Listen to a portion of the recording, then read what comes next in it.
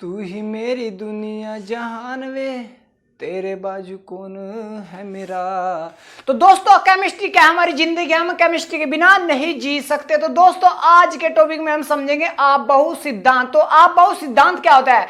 आप बहु जी ने बताया कि किसी भी परमाणु की इलेक्ट्रॉन ऊर्जा के बढ़ते क्रम में रखे जाते हैं। तो किसी ने बताया दोस्तों, आप बाबू जी ने बताया। उससे पहले मैं आपको एक अच्छे टॉपिक पर ले जाना चाहूंगा। मेरे पास एक अच्छा उदाहरण है, उससे समझाना चाहूंगा। जैसे मैंने कहा दोस्तों, तुम्हारे पास 10 फ्लोर की या 10 मंजिली बिल्डिंग है। सबसे पहले तुम कहां जाना चाहोगे? सबसे नीचे, क्योंकि हमारी ऊर्जा वहां कम से कम वेस्ट होगी। फिर उससे ऊपर, क्योंकि हमारी ऊर्जा वहां थोड़ी सी और ज्यादा वेस्ट होगी।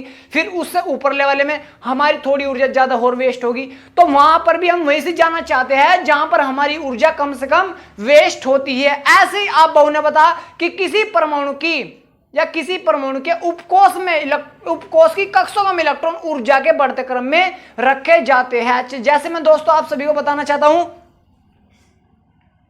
ये देखो दोस्तों, जैसे तुम्हारे पास ये क्या नाभिक है दोस्तों, ये एक पूरा परमाणु है। परमाणु के अंदर क्या होता है दोस्तों, एक नाभिक होता है। उस नाभिक के चारों ओर क्या होता है दोस्तों, कोष होते हैं। कोष होते हैं।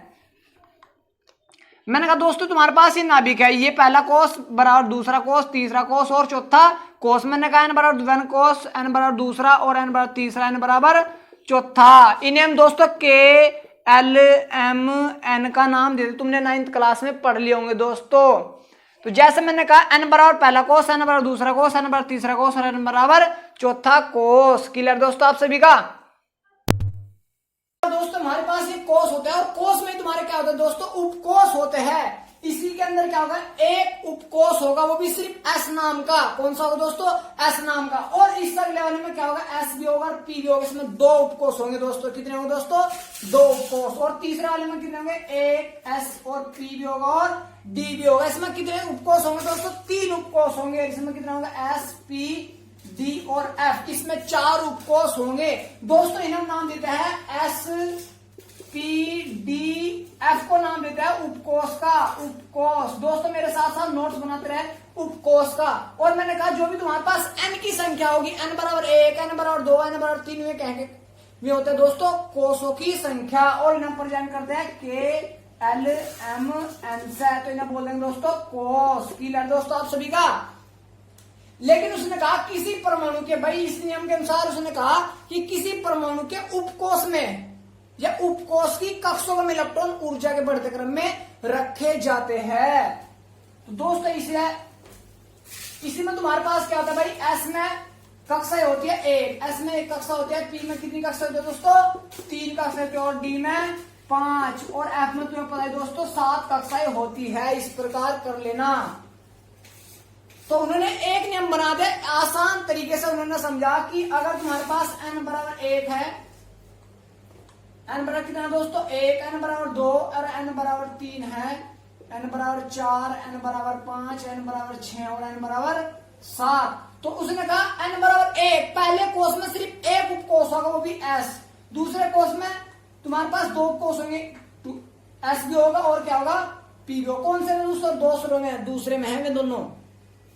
3 में s भी होगा, p भी होगा और d भी हो जाएगा। 4 में s भी होगा, p भी होगा, d भी होगा और दोस्तों f भी हो जाएगा। s तुम्हारे पास है 5 में s भी होगा, p भी होगा, d भी होगा, f भी हो जाएगा। ऐसे दोस्तों 6 में s भी होगा, p भी होगा, d भी होगा, f भी हो जाएगा। और ऐसे दोस्तों 7 में s भी होगा, p भी होगा, d भी होगा और तुम्हारा दोस्तों f भी हो जाएगा। तो इस प्रकार दोस्तों उन्होंने ये साधारण बताया अच्छी तरह काम करने के लिए। जैसे इसने कहा कि पहले सबसे पहले इलेक्ट्रॉन यहाँ आएंगे क्योंकि यहां से उसकी ऊर्जा कम से कम वेस्ट होएगी। फिर इसमें आएंगे, बना कर देख लेना दोस्तों की प्रैक्टिस कर लेना, बहुत ज्यादा काम आएगा यो।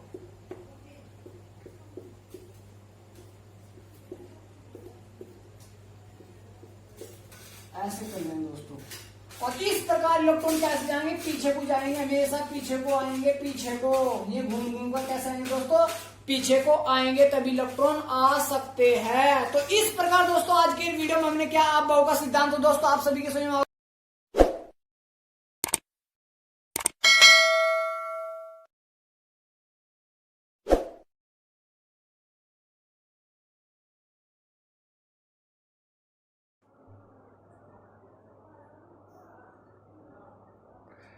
तो दोस्तों इसी के आधार पर हम समझ सकते हैं इलेक्ट्रॉनिक विन्यास। क्या समझ सकते हैं दोस्तों इलेक्ट्रॉनिक विन्यास। तो दोस्तों इलेक्ट्रॉनिक विन्यास क्या होता है, ऐसे समझो दोस्तों। इलेक्ट्रॉनिक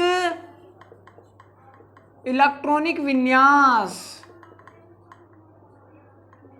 दोस्तों, इलेक्ट्रॉनिक विन्यास वो होता है कि किसी परमाणु के कोष के उपकोषों में, कोष के जो उपकोष हो उन उपकोषों की कक्षकों में इलेक्ट्रॉनों का भरना, या किसी परमाणु की कक्षकों में इलेक्ट्रॉनों का भरना ही क्या कहलाता है दोस्तों, इलेक्ट्रॉनिक विन्यास कहलाता है। मतलब इलेक्ट्रॉन का एक क्रम कहलाता है किसी परमाणु की। जैसे मैंने कहा भाई तुम्हारे पास क्या है, कोई कोष है और कोष के क्या है कक्षक होंगे, उन कक्षकों में इलेक्ट्रॉन का भरना ही, इलेक्ट्रॉन का क्रम से भरना ही क्या कहलाएगा दोस्तों, इलेक्ट्रॉनिक विन्यास कहलाएगा। अब बाउ के सिद्धांत के अनुसार हम क्या निकाल सकते दोस्तों, किसी परमाणु का इलेक्ट्रॉनिक विन्यास ज्ञात कर सकते हैं। जैसे मैं तुम्हें निकाल कर दिखाना चाहता हूँ सोडियम का। किसका निकालना चाहता हूँ, सोडियम का। तो सोडियम का तुमसे पूछना इलेक्ट्रॉनिक विन्यास क्या आता है दोस्तों, तुम निकाल सकते हो 1s2।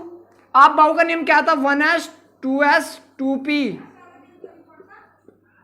3s 3p 3d 4s 4p 4d 4f। इस प्रकार तुम्हारे पास क्या था दोस्तों, ये आप बाउ का सिद्धांत आगे भी तुम्हें कर लेना, ये मैंने पिछले वीडियो में करवा दिया था दोस्तों। तो जैसे इस पास सबसे पहले इसमें होगा 1s2, फिर आ जाएगा दोस्तों इसमें पीछे घूम का होगा 2s2, फिर आएगा 2p6 और फिर आ जाएगा दोस्तों 4s 3s1। तो इस प्रकार ही दोस्तों क्या निकल जाता है, इलेक्ट्रॉनिक विन्यास निकल जाता है। ऐसे तुम किसी और का भी निकाल सकते हो, जैसे ऑक्सीजन का। मैंने कहा ऑक्सीजन का इलेक्ट्रॉनिक विन्यास निकाल कर दिखाओ, तो दोस्तों क्या जाएगा 1s2 2s2 2p6 2p4। देखो दोस्तों 2 और 2 4 और 4 8 इलेक्ट्रॉन पूरे हो गए हैं। इस प्रकार तुम दोस्तों क्या निकाल सकते हो, इलेक्ट्रॉनिक विन्यास ज्ञात कर सकते हो। क्या ज्ञात कर सकते हो, किसी का भी तुम निकाल सकते हो। जैसे एग्जांपल और लेना चाहता हूं मैंने कहा तुम्हारे पास कैल्शियम है, कैल्शियम होता है 20, तो इसका निकाल देंगे दोस्तों 1s2 2s2 2p6 3s2 3p6 और 4s2। तो दोस्तों इस प्रकार इनका इलेक्ट्रॉनिक विन्यास तुम निकाल सकते हो। 2 2 4 और 6 10 और 2 12 और 6 8 20। और इसी के आधार पर दोस्तों मैं आप सभी को एक और अच्छा टॉपिक समझाऊं कि यह तत्व किस ब्लॉक से संबंधित है। एस ब्लॉक से संबंधित है, पी ब्लॉक से संबंधित है, डी ब्लॉक से संबंधित या एफ ब्लॉक से संबंधित है। दोस्तों टेंशन लेने की कोई जरूरत नहीं है, तुम्हें सिर्फ सिंपल याद रखना कि अंतिम इलेक्ट्रॉन किस कोष में गया है। एस में गया तो एस ब्लॉक का तत्व, पी में गया तो पी ब्लॉक का तत्व, डी में गया तो डी ब्लॉक का तत्व और एफ में गया तो एफ ब्लॉक का तत्व। अगर तुमसे पूछा एफ ब्लॉक तत्व क्या आता है, में तत्व जिनका अंतिम इलेक्ट्रॉन एस ब्लॉक में जाता है उसे हम क्या बोलते हैं दोस्तों, एस ब्लॉक तत्व कहते हैं। अगर तुमसे पूछा पी ब्लॉक तत्व क्या होता है, तो वे तत्व जिनका अंतिम इलेक्ट्रॉन पी ब्लॉक में जाता है पी ब्लॉक तत्व कहलाते हैं। ऐसे डी ब्लॉक तत्व और ऐसे ही एफ ब्लॉक तत्व। तो तुम दोस्तों क्या कर सकते हो, इलेक्ट्रॉनिक विन्यास ज्ञात करके तुम क्या निकाल सकते हो, उसका ब्लॉक भी निकाल सकते हो। जैसे मैंने कहा इसमें अंतिम इलेक्ट्रॉन किस में गया, एस में गया, 4s में एस में गया, तो सिर्फ जो कैल्शियम हो किस ब्लॉक का तत्व है, एस ब्लॉक का तत्व है दोस्तों। जैसे मैं तुम्हें और दिखाना चाहता हूं किस ब्लॉक का तत्व है किसका नहीं। मैंने कहा नाइट्रोजन, नाइट्रोजन का परमाणु क्रमांक कितना होता है दोस्तों, 7 होता है। तो इसे हम कैसे कर सकते हैं, 1s2 2s2 2p3। अब देखो दोस्तों अंतिम इलेक्ट्रॉन कहां से गया, पी में गया, तो नाइट्रोजन किस ब्लॉक का तत्व है दोस्तों, पी ब्लॉक का तत्व होता है। ऐसे ही दोस्तों मैं किसी और का निकाला जाए, scandium 1s2 2s2 2p6 3s2 3p6 4s2 और 3d1। तो दोस्तों तुम देख सकते हो अंतिम इलेक्ट्रॉन किस में गया, डी में गया। और इसी प्रकार तुम्हारे पास क्या है, स्कैंडियम डी ब्लॉक का तत्व होता है। तो दोस्तों तुम अंतिम इलेक्ट्रॉन के आधार पर ही किसी का ब्लॉक बता सकते हैं कि वो एस ब्लॉक का तत्व है या पी ब्लॉक का तत्व है या डी ब्लॉक का तत्व है। और इसी के आधार पर तुम ऑक्टेट रूल भी बता सकते हो। तो दोस्तों देखो पहले में कितने तुम्हारे पास 2, इसमें कितने 2 और 6 8 है गए, और इसमें कितने दोस्तों, ये भी तीसरा। दूसरा एग्जांपल लेता हूं मैं दोस्तों, जैसे मैंने कहा नाइट्रोजन का ले लो, इसमें तुम्हारे पास कितने दोस्तों, 2 इलेक्ट्रॉन है, उसमें कितने 5। तो ऑक्टेट रूल क्या बताता है कि किसी कोई भी तत्व अपनी बाह्य कक्षा में 8 इलेक्ट्रॉन पूरे करने चाहता है। तो देखो दोस्तों, इसमें कितने 2 और इसमें कितने 5, तो 5 को 8 करने के लिए कितने इलेक्ट्रॉन की जरूरत है, 3 की। तो इसी प्रकार तुम्हारे पास ऑक्टेट रूल भी ज्ञात कर सकते हो, किसी परमाणु की बाह्य कक्षा में प्रत्येक तत्व 8 इलेक्ट्रॉन पूरे करने चाहता है, और जितने की जरूरत है 3 की जरूरत है, इसकी संयोजकता 3 है दोस्तों, लेकिन बाह्य कक्षा में इलेक्ट्रॉन कितने हैं, 5 होते हैं। जैसे मैंने कहा ऑक्सीजन, ऑक्सीजन कितना दोस्तों 8, तो 1s2 2s2